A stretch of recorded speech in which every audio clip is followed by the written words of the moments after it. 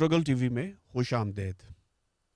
آج کے پروگرام میں ہم بھی بلوچستان کے بارے میں بات کریں گے، لیکن ہم بات کریں گے اس مسئلے کے آغاز کے بارے میں، اس کی تاریخ کے بارے میں، اور بالخصوص 3 حکمرانوں کے بارے میں: محمد علی جناح، جنرل ایوب اور ذوالفقار علی بھٹو، کہ انہوں نے اس مسئلے کے دوران یا ان کی حکومتوں نے اس مسئلے کو کیسے جنم دیا، کیسے اس کو ایک شدید مسئلہ بنایا کہ آج وہ ایک اہم ترین مسئلے کے طور پر اس ملک کو درپیش ہے۔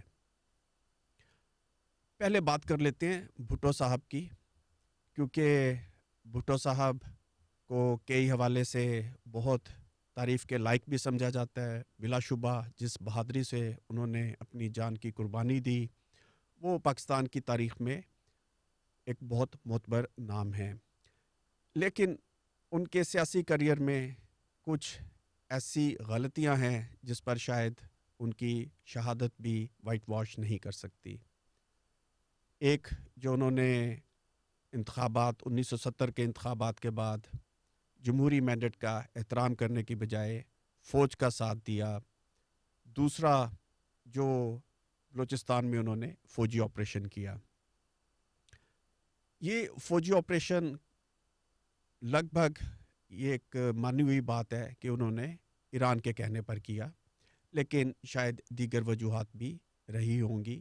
ایک شاید ان کے نزدیک نقطہ یہ بھی تھا کہ بلوچستان میں ایک طرح کی پاکستانی ریاست، پاکستانی قومیت کو مسلط کیا جائے اور وہاں پر جو بلوچ قوم کے مطالبات ہیں ان سے جان چھڑائی جائے۔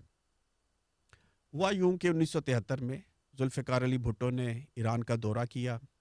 شاہ ایران نے بھٹو سے ملاقات میں $200 ملین کی فوجی اور اقتصادی امداد دینے کا اعلان کیا۔ ان دنوں ایران ایک خوشحال ملک تھا اور وہ خلیج کے اور ہمارے خطے میں خود کو ایک پولیس مین، ایک تھانے دار سمجھتا تھا۔ پیٹرول ڈالرز کی وجہ سے بہت زیادہ دولت بھی تھی، امریکہ کی سرپرستی بھی تھی، اور شاہ کا خیال تھا کہ وہ اس خطے کا بے تاج بادشاہ ہے۔ جب بھٹو صاحب تہران سے واپس آئے تو پتہ یہ چلا کہ اسلام آباد میں ایک عراقی سفارتکار کے گھر سے 350 سوویت مشین گنز دریافت ہوئی ہیں۔ 1,00,000 گولا یا شیلز بھی وہاں پر دریافت کیے گئے، اور بھٹو نے یہ دعویٰ کیا کہ یہ اسلحہ ایران میں یا شاید پاکستان میں موجود بلوچ آزادی پسندوں کو دیا جانا تھا۔ یاد رہے کہ اس وقت ایران اور عراق کے آپسی تعلقات بھی بہت اچھے نہیں تھے۔ اس واقعے کے بعد بھٹو نے امریکی صدر نکسن کو بھی ایک خط لکھا، جس میں انہوں نے بتایا کہ دشمن طاقتیں پاکستان کے مشرقی حصے کو الگ کرنے سے بھی مطمئن نہیں ہیں، ان کا مقصد پاکستان کو ٹکڑے ٹکڑے کرنا ہے۔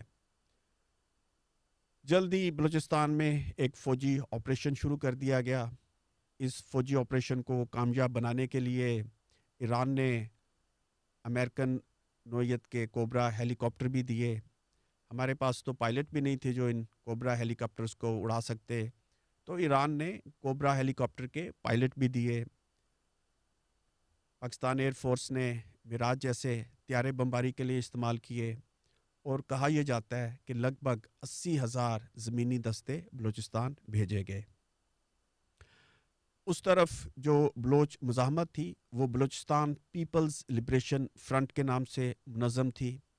اس کی قیادت ایسے ترقی پسند بلوچ رہنماؤں کے پاس تھی جو خود کو مارکسسٹ بھی کہلاتے تھے۔ ایک زبردست قسم کی مزاحمت دیکھنے میں آئی۔ اس مزاحمت کی حمایت میں سندھ اور پنجاب سے بعض ایسے ترقی پسند نوجوان بھی شامل ہوئے جو یا تو مارکسی نظریات رکھتے تھے یا اپنے ترقی پسند نظریات کی وجہ سے بلوچ قومی سوال کی حمایت کرتے تھے۔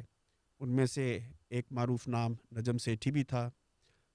احمد رشید، جن کی ایک کتاب طالبان 90 کی دہائی میں اور 11 ستمبر کے بعد پوری دنیا میں پڑھی گئی، اس کا ذکر آج تک ہوتا ہے، وہ بھی شامل تھے، کچھ اور لوگ بھی شامل تھے.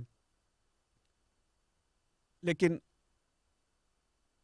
بلوچستان کے اندر اس مزاحمت کو ایک زبردست حمایت حاصل تھی، خاص کر بولان کا ایریا جہاں پہ ابھی حالیہ ٹرین جلانے کا واقعہ ہوا، وہاں پر اس کی کافی بڑی حمایت موجود تھی. یہ مزاحمت بھٹو دور کے بعد ضیاء عامریت کے دوران ایک طرح سے دم توڑ گئی. لیکن اس مزاحمت میں ایک طرف 3,300 پاکستانی فوجی اپنی جان سے گئے اور دوسری طرف کہا یہ جاتا ہے کہ 5,300 مزاحمت کار بھی اس مزاحمت کے دوران اپنی جان سے گئے. 1977 میں جب ضیاء الحق نے ملک میں آمریت نافذ کی تو اس نے نہ صرف بلوچستان میں فتح کا اعلان کرتے ہوئے وہاں سے فوجی آپریشن ختم کرنے کا اعلان کر دیا، بلکہ نیشنل عوامی پارٹی کی قیادت کو بھی رہا کر دیا. نیشنل عوامی پارٹی ولی گروپ یہ وہ سیاسی جماعت تھی جس نے 1970 کے انتخابات کے بعد بلوچستان میں جمعیت علماء اسلام کے ساتھ مل کر وہاں پر صوبائی حکومت بنائی تھی. اور بھٹو نے ایران سے واپسی پر جب بلوچستان میں فوجی آپریشن شروع کیا تو نیب کی حکومت بھی برطرف کر دی، اور احتجاج کے طور پر نیب اور جمعیت علماء اسلام کی حکومت جو صوبہ سرحد میں بھی تھی اس نے بھی استعفیٰ دے دیا. نیب کے رہنماؤں پر بغاوت کے مقدمے بنائے گئے، ان میں ولی خان بھی شامل تھے، حبیب جالب پر بھی یہ مقدمہ بنایا گیا اور ان کو زیادہ تر حیدرآباد جیل میں رکھا گیا. تو ایک جو اہم عنصر تھا ضیاء عامریت کے پیش نظر وہ یہ بھی تھا کہ بھٹو کے ہر طرح کے مخالفین، سیاسی مخالفین کی حمایت حاصل کی جائے، اور یوں ہم نے یہ دیکھا کہ یہ ایپیسوڈ اپنے انجام کو پہنچا. لیکن یہ واقعہ، یہ سوال بلوچستان میں قومی مسئلہ یہ تو 1948 میں شروع ہوا. شاید جو لوگ بلوچستان کی تاریخ سے واقف ہیں، جو پاکستان کی تاریخ سے واقف ہیں، ان کے لیے تو یہ کوئی نئی بات نہیں ہوگی جو میں بھی کرنے جا رہا ہوں. لیکن ایک نئی نسل جو مطالعہ پاکستان پڑھتے پڑھتے بڑی ہوئی ہے اور جس کا علم سوشل میڈیا تک ہی محدود رہتا ہے، اس کے لیے شاید کچھ باتیں نہیں ہوں، اس لیے میں یہاں پر یہ باتیں کرنا چاہتا ہوں.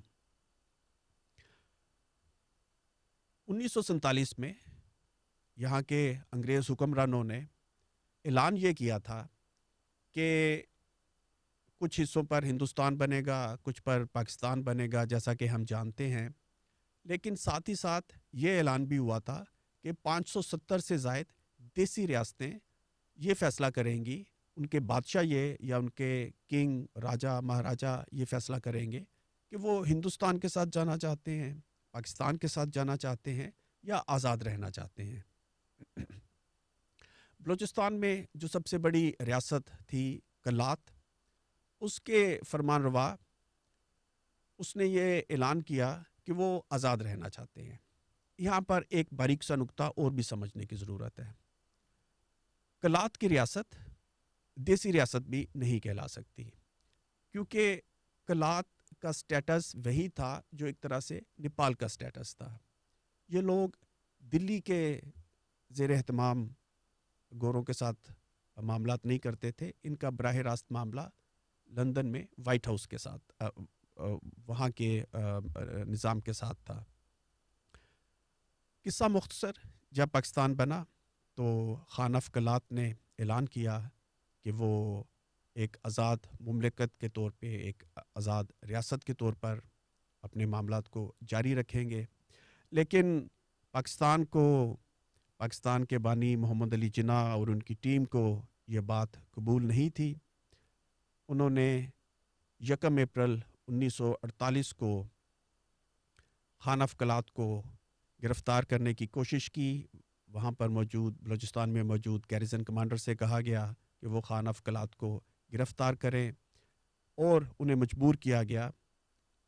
اگرچہ اس پر جو پاکستانی نواز تاریخ دان ہیں وہ یہ کہتے ہیں کہ انہوں نے اپنی مرضی سے دستخط کیے، لیکن بہت سے جو بلوچ تاریخ دان اور قوم پرست ہیں وہ یہ کہتے ہیں کہ ان سے زبردستی اس معاہدے پر دستخط کیے گئے کہ کلات کا پاکستان کے ساتھ الحاق کیا جا رہا ہے۔ خان نے تو ہتھیار ڈال دیے، لیکن ان کے بھائی نے مزاحمت شروع کر دی۔ ان کے بھائی پرنس عبد الکریم نے بلوچ نیشنل لبریشن کمیٹی کے نام سے ایک تنظیم تشکیل دی۔ وہ اپنے 700 جانثاروں کے ساتھ افغانستان چلے گئے اور وہاں سے انہوں نے پاکستان کے خلاف مسلح مزاحمت کا آغاز کیا۔ یہ مسلح مزاحمت کامیاب نہیں ہو سکی اور یوں 225 دن کے بعد کلات کی ریاست پاکستان کا حصہ بن گئی۔ یہ مغربی پاکستان میں تقریباً اس کے کل رقبے کا 40% تھا، لیکن آبادی کے لحاظ سے صرف 4%۔ اسی دوران 1954 میں پاکستان کے حکمرانوں نے، بالخصوص جن کا تعلق صوبہ پنجاب سے تھا یا جن کو ہم کراچی میں متعین مہاجر یا وہاں پر رہنے والے مہاجر کمیونٹی کے لوگ جو ابتدائی طور پر یہاں کا ایک اہم رولنگ طبقہ تھے، انہوں نے 1 یونٹ بنا دیا، کیونکہ مشرقی پاکستان کی آبادی زیادہ تھی۔ یہ طے تھا کہ جب بھی الیکشن ہوں گے تو مشرقی پاکستان کے لوگ شاید جیت کر اقتدار میں آ جائیں۔ پنجاب کے بیوروکریٹس اور جاگیرداروں کو یا مہاجر طبقے سے تعلق رکھنے والے حکمران طبقے کے ساتھ ملے ہوئے لوگوں کو یہ منظور نہیں تھا۔ وہ نہ تو جمہوریت چاہتے تھے اور نہ وہ یہ چاہتے تھے کہ مشرقی پاکستان کے لوگ اقتدار میں آئیں۔ اس لیے انہوں نے ایک منصوبہ یہ بنایا کہ اگر کبھی انتخابات ہوں بھی تو کم از کم مشرقی پاکستان کا راستہ روکنے کے لیے باقی 4 صوبوں کو اکٹھا کر دیا جائے اور یوں پاکستان کے یہ جو موجودہ علاقے ہیں ان کو ایک صوبہ، ایک یونٹ بنا دیا گیا۔ اس 1 یونٹ کے خلاف سندھ صوبہ سرحد اور جس کو آج ہم بلوچستان کہتے ہیں، یہاں پر ایک زبردست رد عمل تھا۔ 1958 میں جب مارشل لا لگایا گیا تو ایک ابتدائی کام یہ کیا گیا کہ خانف کلات کو گرفتار کر لیا گیا اور ان کے محل میں توڑ پھوڑ کی گئی۔ وہاں پر پہلے سے ہی 1 یونٹ کے خلاف ایک زبردست غصہ موجود تھا، تناؤ موجود تھا، اور ابھی اس واقعے نے اس غصے کو اور ہوا دے دی اور یوں تقریباً 1000 افراد پر مشتمل ایک مسلح ملیشیا نے خانف کلات کی رہائی کے لیے مسلح جدوجہد شروع کر دی۔ مئی 1959 تک پاکستان کو پاکستانی فوج کو اس ملیشیا کے خلاف زبردست جدوجہد کرنی پڑی۔ بالآخر اس مسلح مزاحمت کے رہنما نوروز خان کو گرفتار کیا گیا اور کہا یہ جاتا ہے کہ ان کو دھوکے سے پہاڑوں سے نیچے بلایا گیا، قرآن پر حلف دیا گیا کہ آپ کے ساتھ مذاکرات ہوں گے، اور اس حلف میں قرآن پر اٹھائی ہوئی قسم کے دھوکے میں آ کر جب وہ نیچے اترے تو ان کو گرفتار کر لیا گیا۔ ان کے 5 ساتھیوں کو، جن میں ان کے ایک بیٹے بھی شامل تھے، پھانسی دے دی گئی اور وہ خود 1964 کو جیل میں ہی وفات پا گئے۔ سالک ہیریسن، جنہوں نے بلوچستان پر کافی کام کیا، کتابیں بھی شائع کیں، ان کا کہنا ہے کہ یہ جدوجہد 1964 اور 1965 تک اور تیز ہو چکی تھی۔ 1965 میں اس شورش میں کم از کم 200 پاکستانی فوجی اپنی جان سے گئے۔ 1964 میں بھی بلوچ مزاحمت کاروں نے پاکستانی فوج پر زبردست حملے کیے۔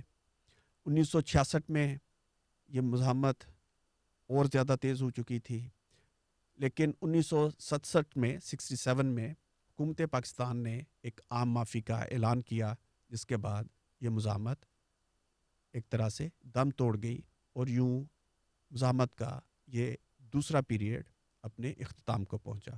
تیسرے پیریڈ کا ذکر ہم پہلے ہی کر چکے ہیں، اور پھر ہم دیکھتے ہیں کہ مشرف دور میں ایک مرتبہ پھر سے جب بالخصوص اکبر بگٹی کو ہلاک کیا گیا تو زبردست قسم کی مزاحمت سامنے آئی جو ابھی تک جاری ہے۔